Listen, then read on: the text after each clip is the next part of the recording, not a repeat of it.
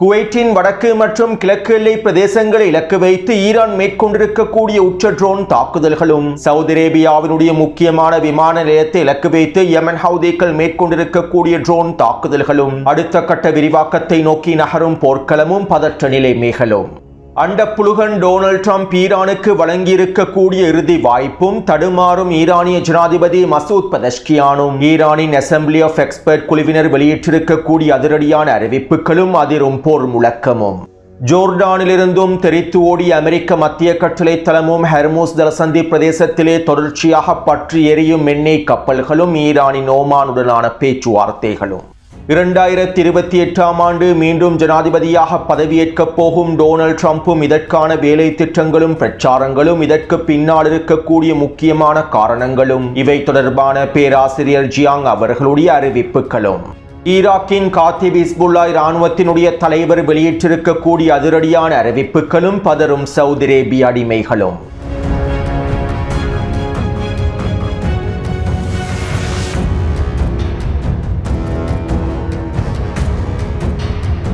இஸ்ரேலிய ஆக்கிரமிப்பின் அடுத்த பிரதமராக நெட்டன்யாஹூ மீண்டும் தெரிவு செய்யப்படுவதற்கான எல்லாவிதமான வேலை திட்டங்களும் நடைபெற்று வரக்கூடிய நிலைமையில் 2028ஆம் ஆண்டுக்கான அமெரிக்காவினுடைய அடுத்த ஜனாதிபதியாகவும் டொனால்ட் ட்ரம்ப் தெரிவு செய்யப்படுவதற்கான வேலை திட்டங்கள் மேற்கொள்ளப்பட்டு வருகின்றன. நேற்றிரவு வெளியிட்ட காணொலியிலும் இவை தொடர்பான சில முக்கியமான தகவல்களை பதிவிட்டிருந்தேன். மேலும் இதன்போது சிலர் கேள்விகளையும் எழுப்பியிருந்தீர்கள்.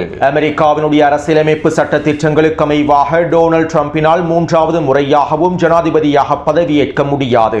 அவ்வாறு இருக்க எவ்வாறு 2028ஆம் ஆண்டு டொனால்ட் ட்ரம்ப் மீண்டும் ஜனாதிபதியாக தெரிவு செய்யப்படுவார் என கேள்விகளை எழுப்பியிருந்தீர்கள். மேலும் அமெரிக்காவினுடைய அரசியலமைப்பு சட்ட திட்டங்களுக்கு அமைவாக இதற்கான வாய்ப்புகள் இல்லை என்றும், டொனால்ட் ட்ரம்பினால் மீண்டும் ஜனாதிபதியாக பதவியேற்க முடியாது என்றும் கருத்துக்களை பதிவிட்டிருந்தீர்கள். உண்மையில் அமெரிக்காவினுடைய அரசியலமைப்பு சட்ட திட்டங்களுக்கு அமைவாக அமெரிக்க ஜனாதிபதி ஒருவரினால் 3வது முறை ஜனாதிபதி போட்டியில் பங்கு பெற்ற முடியாது.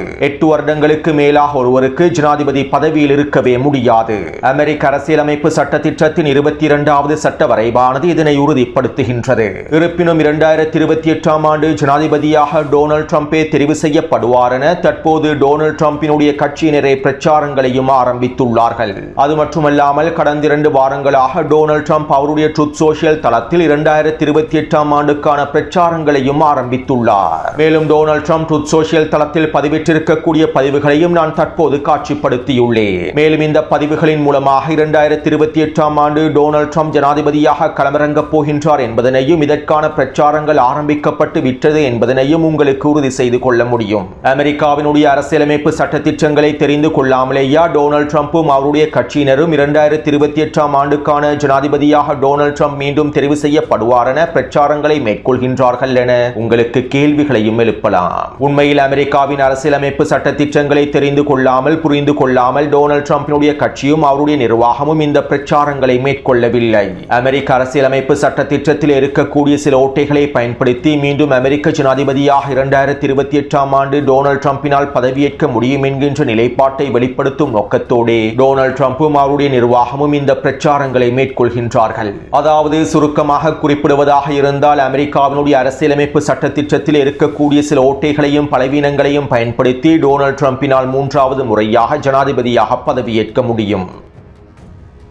அல்லது 22ஆம் திருத்தச் சட்டத்தினை மாற்றி அமைப்பதற்கான முன்மொழிவுகள் காங்கிரஸ் மற்றும் செனட் சபையில் முன்வைக்கப்பட்டு அவற்றிலே சீர்திருத்தங்கள் மேற்கொள்ளப்படுமாக இருந்தால் டொனால்ட் ட்ரம்பினால் 3வது முறையாக ஜனாதிபதியாக பதவியேற்க முடியும். மேலும் இதற்கமைவாக அமெரிக்காவின் 22ஆம் திருத்தச் சட்டத்தினை மாற்றி அமைப்பதற்கான வேலை திட்டங்களையும் தற்போது டொனால்ட் ட்ரம்பினுடைய நிர்வாகம் ஆரம்பித்துள்ளது. இருப்பினும் இந்த திருத்தச் சட்டத்திலே மாற்றங்களை ஏற்படுத்துவதற்கான முன்மொழிவுகள் காங்கிரஸ் மற்றும் செனட் சபையில் முன்வைக்கப்பட்டால் அதிலே 3-2 வாக்கு வித்தியாசத்தில் குறித்த முன்மொழிவுகள் வெற்றி பெற வேண்டும். அவ்வாறு குறித்த முன்மொழிவானது 3-2 வாக்குகளை பெற்றுக் கொண்டால் மாத்திரமே 22வது திருத்தச் சட்டத்தையும் மாற்றி அமைக்க முடியும். டொனால்ட் ட்ரம்பினால் உத்தியோகபூர்வமாக 3வது தடவையாகவும் ஜனாதிபதி போட்டியில் களமிறங்க முடியும். அதே நேரம் டொனால்ட் ட்ரம்ப் இந்த 22வது திருத்தச் சட்டத்தினை மாற்றி அமைக்காமலேயே அமெரிக்க அரசியலமைப்பு சட்ட திட்டத்தில் இருக்கக்கூடிய சில பலவீனமான புள்ளிகளை பயன்படுத்தி, ஓட்டைகளை பயன்படுத்தி 3வது தடவையாகவும் ஜனாதிபதியாக பதவியேற்பதற்கான வாய்ப்புகள் இருக்கின்றன. மேலும் இந்த ஓட்டைகளை பயன்படுத்தி ஜனாதிபதியாக மீண்டும் பதவியேற்பதற்கான வேலை திட்டங்களையும் டொனால்ட் ட்ரம்பும் அவருடைய நிர்வாகமும் ஆரம்பித்து விட்டன. இதனால் தான் கடந்த 2 வாரங்களாக ஜனாதிபதி டொனால்ட் ட்ரம்பும் அவருடைய நிர்வாகமும் 2028ஆம் ஆண்டுக்கான ஜனாதிபதியாக டொனால்ட் ட்ரம்ப் தெரிவு செய்யப்படுவார் என பிரச்சாரங்களையும் ஆரம்பித்துள்ளார்கள்.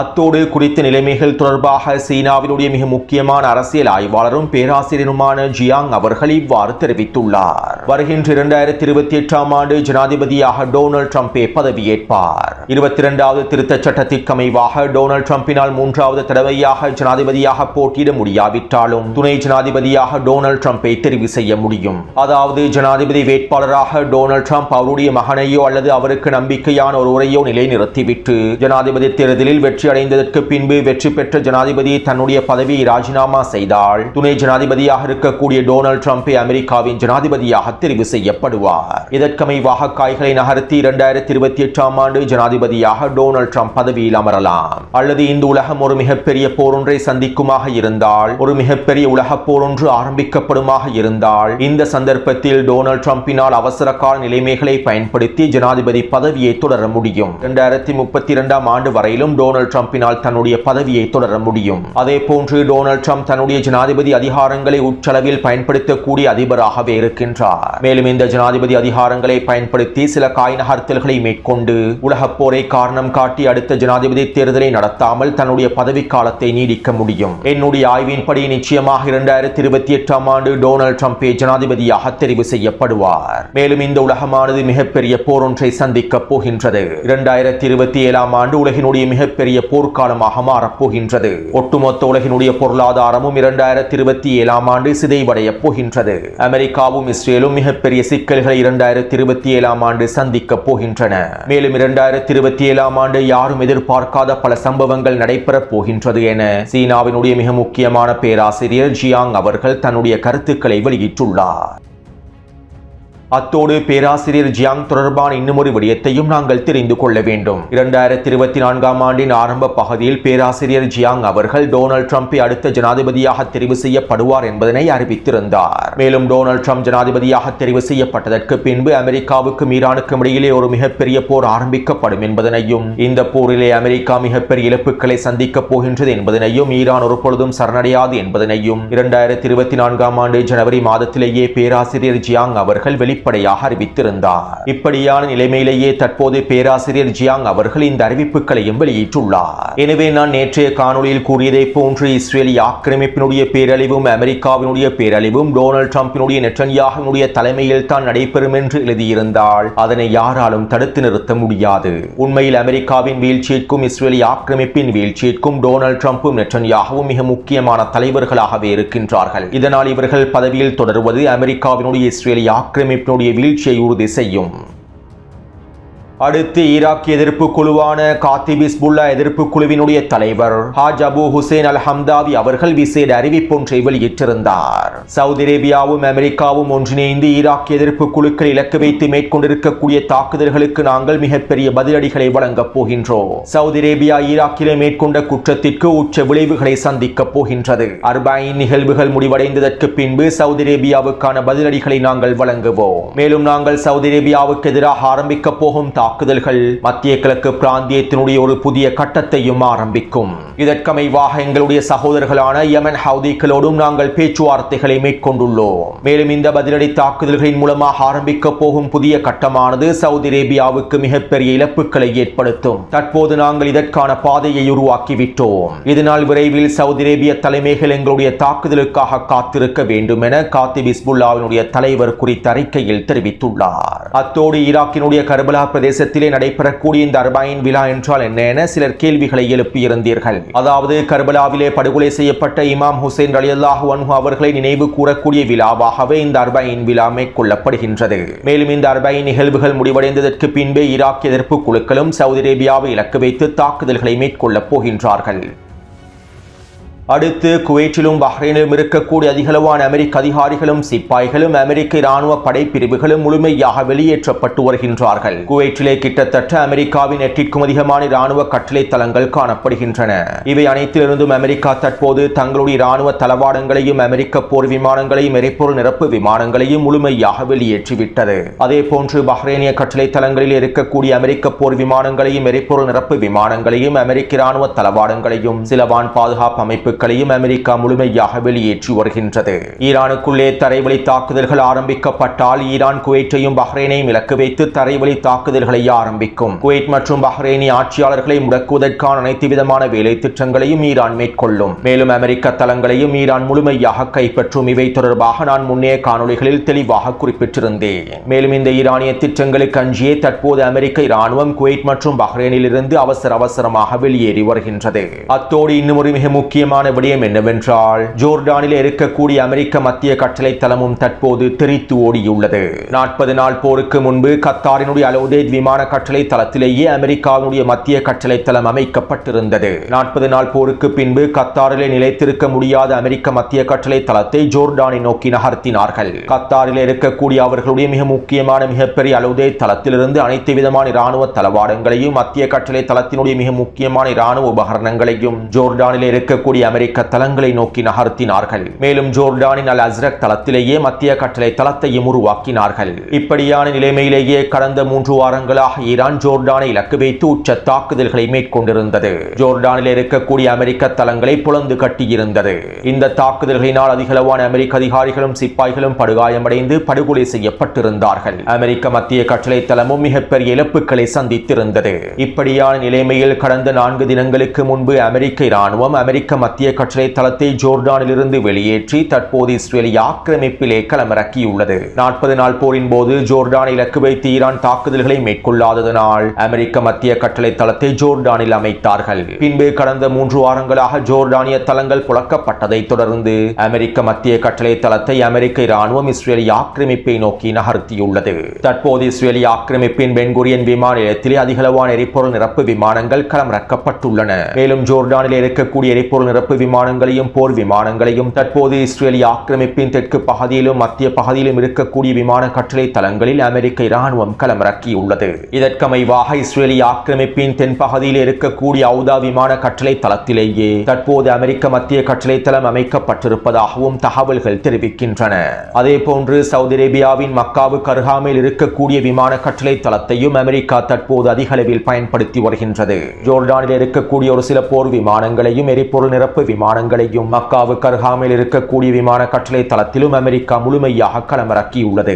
எனவே தற்போது அமெரிக்க மத்திய கட்டளை தளத்தினுடைய மிக முக்கியமான இராணுவ தளவாடங்களும் போர் வாகனங்களும் போர் விமானங்களும் எரிபொருள் நிரப்பு விமானங்களும் அடிமை சவுதி அரேபியாவிலும் இஸ்ரேலிய ஆக்கிரமிப்பிலும் தான் இருக்கின்றன. இதனால் அடுத்த கட்ட போரின் போது ஈரானினுடைய மிக முக்கியமான இலக்குகளாக சவுதி அரேபியாவினுடைய இராணுவ கட்டளை தளங்களும் இஸ்ரேலிய ஆக்கிரமிப்பினுடைய இராணுவ கட்டளை தளங்களுமே இருக்க போகின்றன.